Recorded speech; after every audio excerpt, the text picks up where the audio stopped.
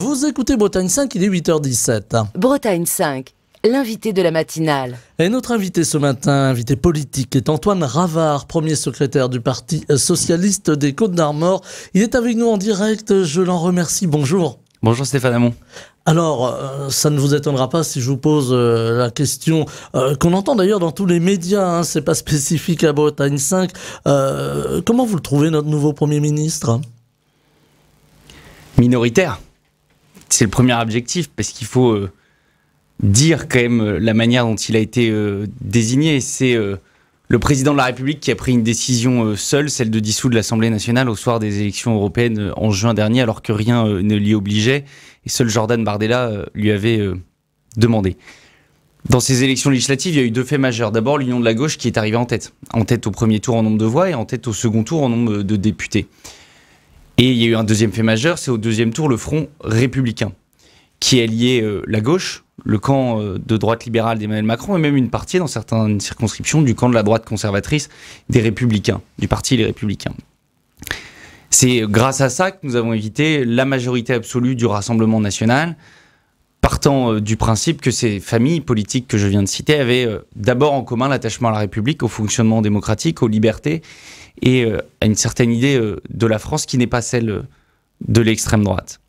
Et malgré cela, qu'est-ce que fait le président de la République depuis cet été ? D'abord, il refuse de nommer, comme c'est la coutume dans tous les régimes parlementaires, une ou un Premier ministre issu de la coalition arrivée en tête, donc le nouveau Front populaire et l'Union de la gauche.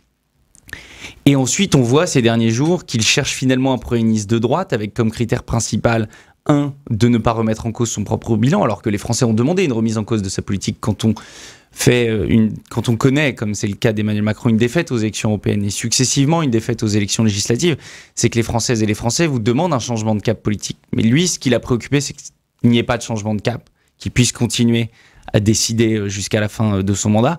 Et deuxièmement, on voit qu'il a cherché l'aval, le soutien implicite du Rassemblement national. C'est maintenant unanimement reconnu. Il a appelé Marine Le Pen hier, après qu'un député du Rassemblement national, Jean-Philippe Tanguy, est insulté sur un plateau de radio ou de télévision, je ne sais plus, Michel Barnier. Il l'a appelé pour lui demander si c'était la position officielle ou si le RN était bien OK pour laisser Michel Barnier en place. Donc on a un président de la République qui est dans le déni des résultats, dans le déni de la démocratie et qui nomme un Premier ministre de droite, très conservateur, qui dialogue avec l'extrême droite sur les sujets migratoires, qui a eu plusieurs votes homophobes, qui a porté une proposition de loi dans les années 2000 pour le déremboursement de l'interruption volontaire de grossesse quand même. Donc on est sur une position très minoritaire, un groupe qui a 47 députés à l'Assemblée nationale et qui va malgré tout avoir le Premier ministre. Donc c'est la raison pour laquelle le Parti socialiste censurera, les députés socialistes censureront son gouvernement. Est-ce que finalement personne ne souhaitait succéder à Gabriel Attal ? Est-ce que le poste était, permettez-moi le terme, il est un peu fort mais casse-gueule ? La gauche souhaitait succéder à Gabriel Attal. Le nouveau Front populaire a remporté ses élections, lucide, certes avec une majorité relative, mais je rappelle que c'était déjà le cas des gouvernements d'Elisabeth Borne et de Gabriel Attal, des majorités relatives. Et nous n'avions jamais remis en question le fait qu'il leur appartenait malgré tout de composer un gouvernement, puisqu'ils étaient la première force, même s'ils n'étaient pas en majorité absolue. Et c'est la raison pour laquelle, en 2022, je rappelle que la gauche avait refusé de voter la motion de censure, enfin du moins le Parti socialiste, la motion de censure du Rassemblement national, considérant qu'on ne pouvait pas s'allier avec l'extrême droite pour faire tomber un gouvernement de droite. Cette fois-ci, ça n'a visiblement pas été le cas dans le camp des macronistes, qui, eux, n'ont pas hésité à dire qu'ils voteraient une motion de censure avec l'extrême droite pour faire barrage au groupe politique arrivé en tête, à savoir le nouveau Front populaire. Donc nous étions prêts à assumer les responsabilités. Nous l'avons dit depuis 2 mois, sur la base de notre programme. Évidemment, avec des compromis, c'est de l'arithmétique simple, nous n'avons pas de majorité absolue, nous aurions eu des compromis. Ceux qui disent que nous n'avons pas cherché à en faire sont trop mal informés. Lucie Castet, Olivier Faure ont passé l'été à discuter avec des députés du MoDem, des groupes macronistes, du fameux groupe Pliot, vous savez, celui de M. de Courson, pour avancer sur des compromis et un programme de gouvernement. Certains étaient prêts à nous suivre, mais la consigne du président de la République, de Gabriel Attal, puisqu'il avait la double casquette de Premier ministre et de président du groupe ensemble, donc macroniste à l'Assemblée nationale, avait annoncé leur volonté de faire une censure automatique. Dans un premier temps, uniquement s'il y avait des ministres de la France Insoumise, je le rappelle. Et Jean-Luc Mélenchon avait annoncé qu'il était prêt à ce qu'il n'y ait pas de ministre de la France Insoumise. Et malgré tout, on s'est rendu compte qu'en fait, la censure n'était pas contre les ministres, mais contre le programme. Donc on a un président de la République qui, seul, malgré 2 défaites électorales, décide de censurer le programme politique arrivé en tête.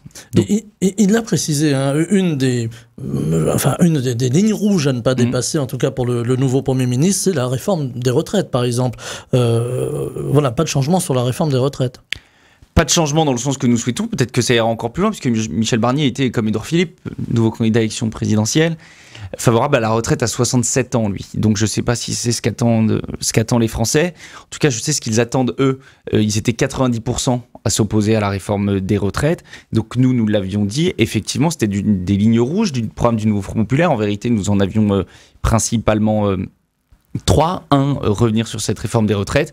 2, construire une réforme fiscale parce qu'il faut de la justice fiscale dans ce pays pour financer les services publics, l'hôpital et l'école. C'est la rentrée scolaire, on voit bien toutes les difficultés qu'il y a, et puis les difficultés sur l'hôpital sont anciennes ici. Et 3, revaloriser le SMIC et les plus bas salaires. C'était nos 3 lignes rouges, puisque c'était le cœur de notre programme. Et je le répète, ce programme est arrivé en tête en nombre de voix et en nombre de députés.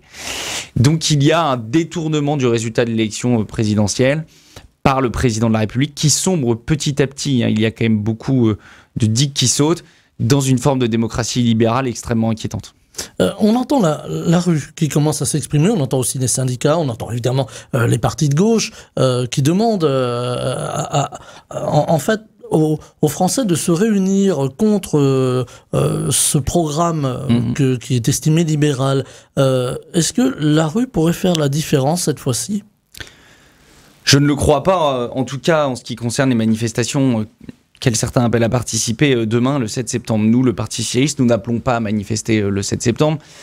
D'une part parce que ce n'est pas forcément la manière dont on doit agir, c'est aussi aux parlementaires là, de se mettre en ordre de marche et de censurer ce gouvernement de Michel Barnier. Mais d'autre part, parce qu'au Parti socialiste, nous sommes attachés, et c'était déjà le cas au moment des manifestations sur la réforme des retraites ou autres, à un principe simple, c'est que la manifestation est le mode opératoire, le mode d'expression des syndicats de travailleurs. Donc nous irons à la rentrée syndicale qui devra avoir lieu début octobre, si j'ai bien compris pour l'instant. Nous aurons des pressions sur la date bientôt, lorsque les syndicats organiseront une manifestation pour une rentrée sociale, pour la hausse des salaires, pour les services publics. Nous irons, comme d'habitude, en soutien derrière les syndicats. Mais je ne crois pas que la manifestation soit le mode d'expression des partis politiques. Là, on a une divergence avec certaines manières de s'exprimer à gauche également. Donc moi, je n'irai pas dans la rue demain, et les militants du Parti socialiste des Côtes-d'Armor non plus. On a entendu Mathilde Panot demander la destitution du président de la République. Le texte a été déposé, je crois. Là aussi, il y a une divergence entre une partie de la gauche et le Parti socialiste. Là aussi, il y a une divergence. Nous ne voterons pas non plus de destitution du président de la République, pour une raison simple, c'est que cette disposition dans la Constitution a été inscrite pour des cas de force majeure, de dérive illibérale, dérive autocratique éventuelle d'un président de la République, de perte de ses moyens éventuellement cognitifs, de ces sujets, de cas extrêmement mineurs et extrêmement particuliers. Là, on a une forme de malversation du résultat de l'élection, de manipulation du résultat de l'élection, mais c'est au sein du Parlement et dans les instances politiques, dans les institutions, que la chose doit se jouer. On ne joue pas avec les destitutions du président de la République, on ne joue pas avec les institutions. Ce n'est pas pour protéger Emmanuel Macron que je dis cela, c'est les institutions. On ne peut pas jouer avec les institutions et essayer de les rendre malléables. Il faut que des choses restent fixes dans le fonctionnement démocratique. C'est le sens des institutions et de la Constitution.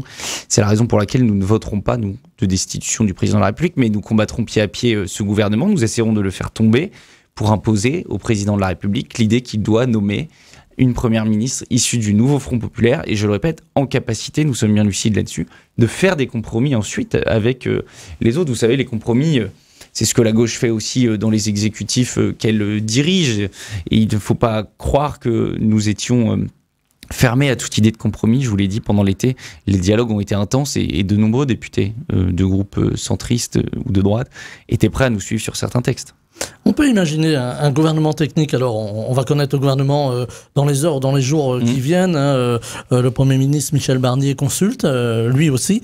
On espère que ça ira un petit peu plus vite que la nomination du dit Premier ministre. Un gouvernement qui peut s'avérer technique, c'est-à-dire on peut imaginer que ce gouvernement nous emmène jusqu'au mois de juin prochain, où pourrait intervenir, en tout cas les observateurs le disent, une nouvelle dissolution. Est-ce que ça aussi, c'est bon pour la démocratie, ou est-ce qu'on va être dans une forme de saturation pour les Français? Je ne suis pas un adepte des gouvernements techniques, pour vous le dire très sincèrement.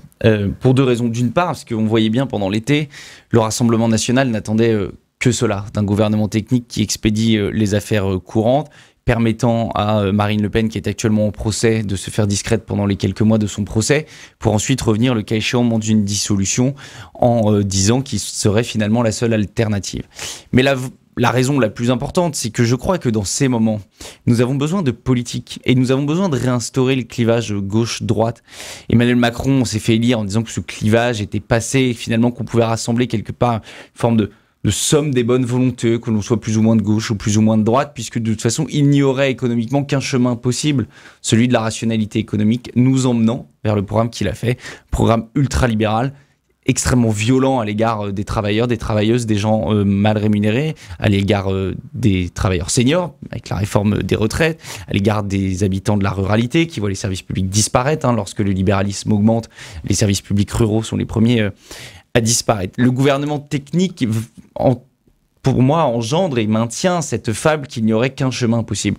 Moi, je ne le crois pas. Dans une démocratie, il y a plusieurs chemins possibles et le vote permet de les déterminer. Moi, je défends la ligne politique du Parti socialiste et du Nouveau Front populaire et je suis plus à l'aise. Je pense qu'il est plus sain, dans toutes les grandes démocraties, d'avoir des clivages politiques gauche-droite.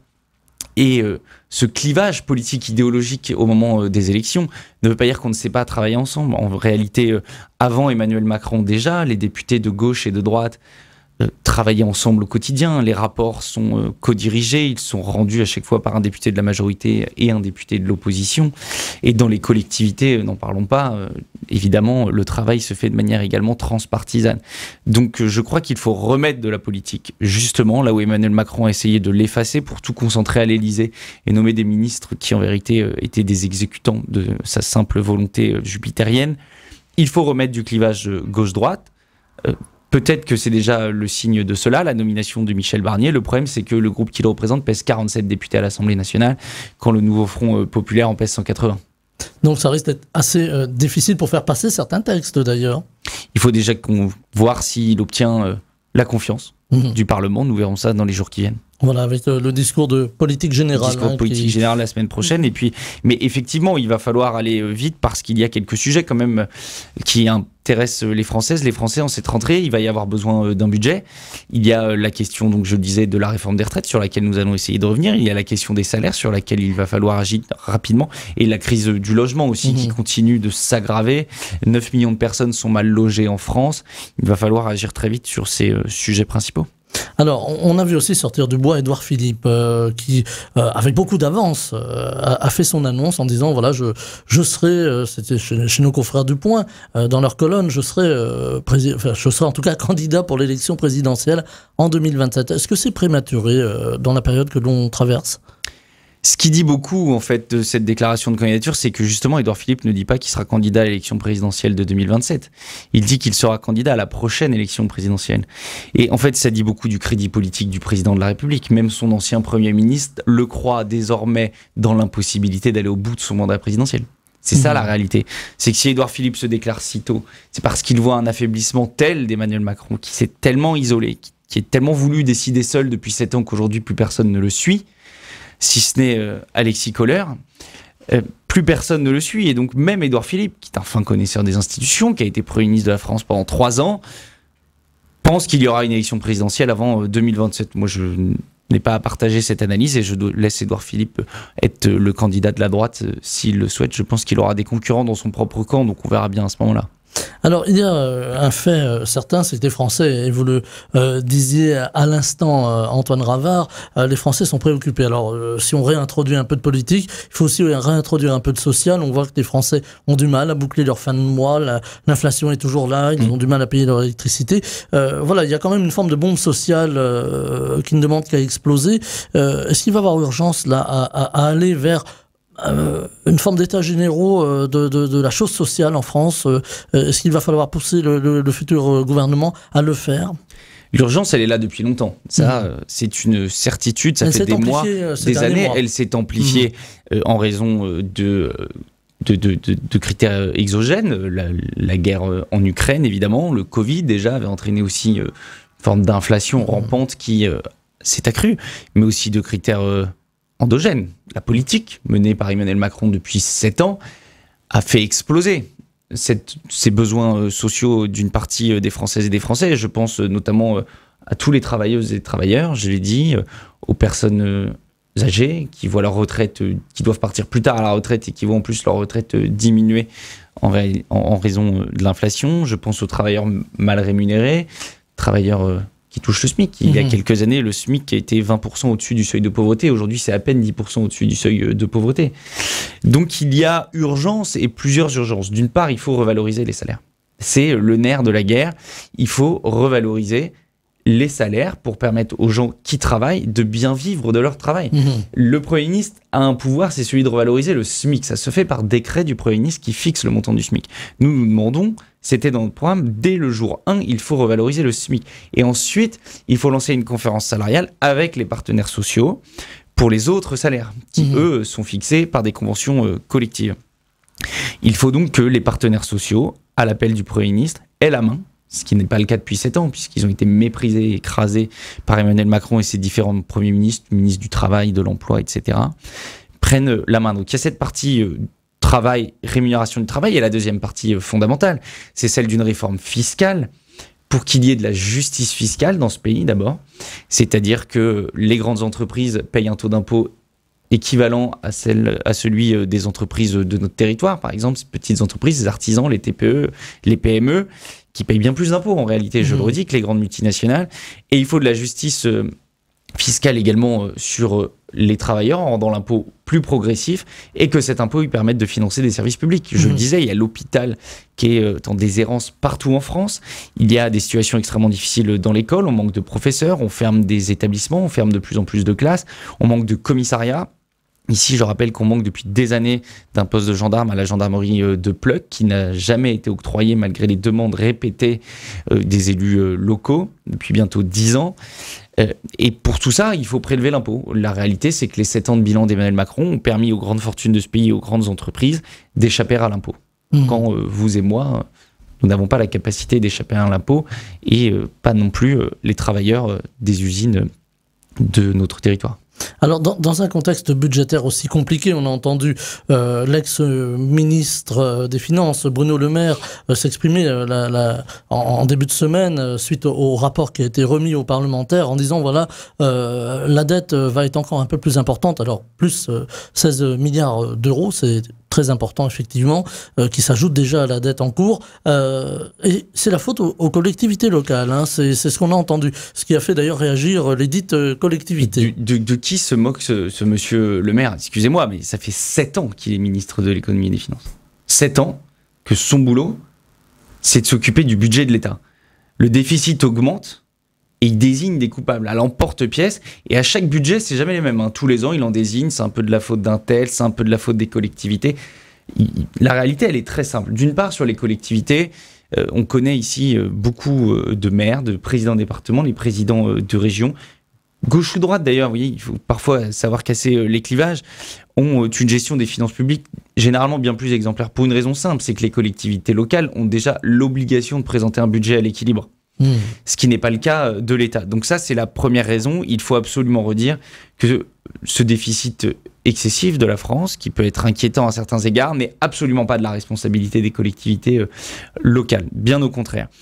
Parallèlement à ça, je rappelle qu'elles assument aussi de plus en plus de charges, notamment les collectivités socialistes, puisqu'à mesure que l'État se désengage d'un certain nombre de services publics, lorsque vous avez un maire de gauche, un président de conseil départemental de gauche ou un président de conseil régional de gauche, vous avez la chance que celui-ci ou celle-ci prennent dans ses responsabilités une partie des services publics sur lesquels l'État se désengage. C'est un choix politique qui peut créer à court terme du déficit, mais c'est un choix politique que nous assumons. Et la deuxième réalité, c'est que dans un budget, il y a des recettes et des dépenses. Les dépenses, elles sont assez stables dans le temps ces dernières années. C'est les recettes qui diminuent depuis 7 ans. Parce que quand vous faites des cadeaux fiscaux aux plus riches, quand vous ne luttez pas contre la fraude fiscale, quand chaque année vous abandonnez 60 milliards d'impôts sur les sociétés, et je le redis, pas à nos boulangers ou à nos TPE ici, leur impôt il est stable dans le temps, mais que vous abandonnez d'année en année toujours plus d'impôts sur les entreprises cotées en bourse française. Mais qu'est-ce que vous faites ? Vous créez un problème de recettes. Et puis une fois que vous avez créé ce problème de recettes, donc vous rentrez moins d'argent dans les caisses, qu'est-ce que vous faites ? Vous vous en servez pour dire que du coup, il faut réduire les dépenses. Et ça, c'est le fonctionnement de l'économie libérale d'Emmanuel Macron.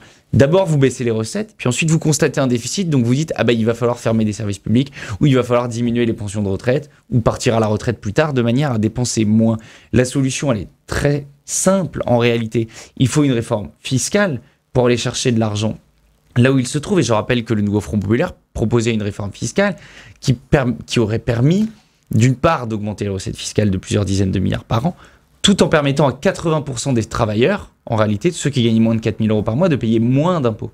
Si on fait les réformes fiscales que nous souhaitons, on ira tellement chercher d'argent dans la fraude fiscale et dans les plus-values boursières, notamment, que les travailleuses, les travailleurs verront leur impôt diminuer.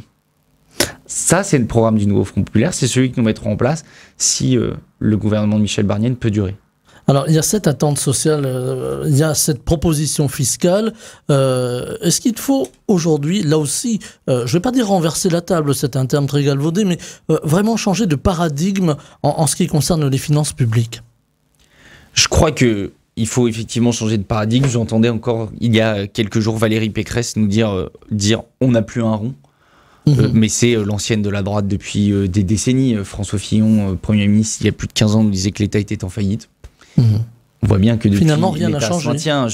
Les États-Unis ont un déficit cette année de 7%. Et c'est dû à l'excellente politique de Joe Biden qui a décidé après le Covid de faire un plan de relance massif qui, en plus du plan de relance, est un plan de virage à 90 degrés pour créer une économie beaucoup plus écologique et développer ces territoires les plus ruraux via un plan d'investissement dans des infrastructures. Alors, on ne peut pas se comparer en tout point, les États-Unis sont différents par la taille du territoire qu'ils ont à couvrir. Malgré tout, il faut changer avec cette dictature quelque part de la dette. La France n'est pas le pays le plus endetté du monde. Le Japon aussi a une dette largement supérieure, par exemple, à la France et n'est pas empêché de réussite économique pour cela. Donc il faut d'une part mettre ce sujet, je pense, derrière, au second rang des priorités, parce que gérer les finances publiques, c'est pas un objectif, vous savez, ça ne peut pas être un objectif politique, c'est une contrainte. Les finances publiques, oui, c'est une contrainte. En fonction des finances publiques, on peut développer telle ou telle politique sociale. Mais ça ne peut pas être un objectif en soi. Moi, je ne vote pas pour un gestionnaire à la tête de l'État. C'est ce que veut faire Emmanuel Macron, sans doute Michel Barnier, qui lui aussi semble obsédé par cela. Mais nous avons les réussites. Je rappelle le programme du nouveau Front populaire avec la réforme fiscale que je viens de parler et les réformes sociales, qui nous auraient malgré tout coûté de l'argent, étaient validées par Esther Duflo, prix Nobel d'économie il y a 3 ans, par Michael Zemmour, grand économiste, aujourd'hui par Thomas Piketty, par des gens extrêmement respectables, professeurs dans les plus grandes universités du monde, dont certains ont conseillé Joe Biden. Je pense qu'on peut leur faire confiance. Un dernier mot, Antoine Ravard.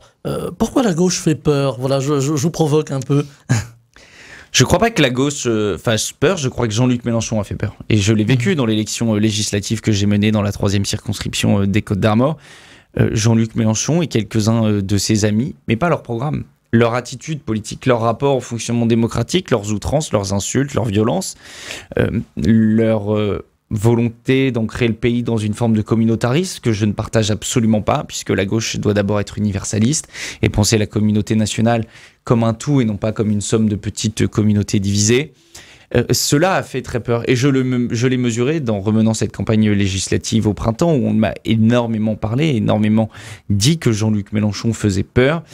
Par ailleurs, d'autant plus dans un territoire rural comme le nôtre, parce que au-delà de faire peur, je crois que Jean-Luc Mélenchon a une deuxième tare dans son discours, c'est qu'il ne se préoccupe jamais des territoires ruraux. Et ça va justement dans sa logique de communautariser la France, où il la segmente. Il vise à la fois un électorat rural bourgeois de gauche, urbain bourgeois de gauche, et urbain, périurbain, plus populaire, mais dans les banlieues. Mais il oublie complètement de parler à cet électorat qui historiquement votait à gauche, en Bretagne par exemple, comme dans d'autres régions, dans le sud-ouest, on peut y penser, dans le Nord-Pas-de-Calais, de cet électorat de gauche, mais qui vit en territoire rural et qui n'a pas les mêmes préoccupations. Mais moi, mon ambition, c'est de continuer le combat et on y retournera avec le Parti Socialiste pour relever la gauche. Antoine Ravard, voilà, je voulais laisser aller jusqu'au bout. Antoine Ravard, premier secrétaire du Parti Socialiste des Côtes-d'Armor, était avec nous ce matin en direct dans la matinale de Bretagne 5. Je vous en remercie, je vous souhaite une très belle journée. Merci, bonne journée à tous. Bretagne 5, Stéphane Hamon, le 7-9.